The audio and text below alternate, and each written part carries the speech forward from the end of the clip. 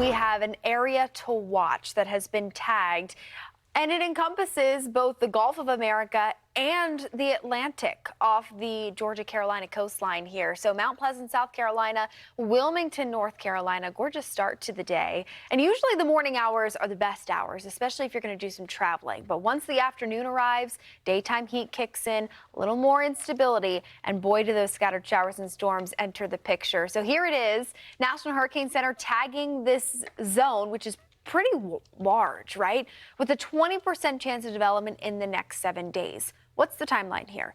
We're looking at the end of the holiday week. So right around maybe July 3rd, July 4th, into that holiday weekend is where we could maybe see something develop along a stalled boundary that's draped across the region.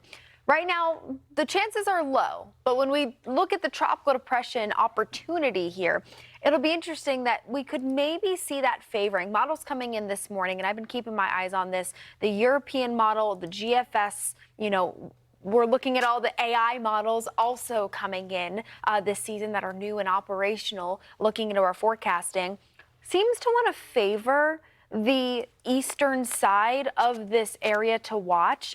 Now, the thing is, here's our steering. Water temperatures are very warm. Regardless, you have the Gulf Stream where temperatures are well into the upper 80s. We're doing just fine. You can see how warm it is in the Gulf and into the basin there.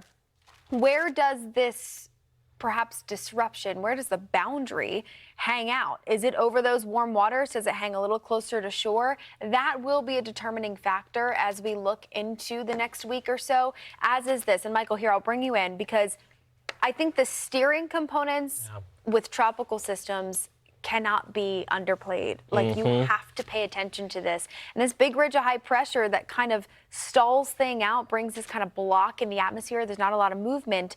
It's what keeps this boundary overhead, but it could also be what tugs this boundary if we get an area of circulation, maybe more to the west into the Gulf, or perhaps into the Atlantic. So kind of both sides are still in play. Yeah, you actually really need to look at the pressure fields of both, because again, the stronger, the high pressure center, stronger that area of high pressure is, the more that's going to help to maybe tug and pull. And then, you look at the one that's out toward the Atlantic basin, and, if that was perhaps the stronger one, then this thing could actually move, maybe not up the East Coast, but toward a more easterly direction. To me, where we stand right now, and remember, we have a lot of time to watch this, that's going to be where I favor this, just because of the dip in the jet on the East Coast is going to want to tug it that way, and high pressure is also going to sink it up to the north.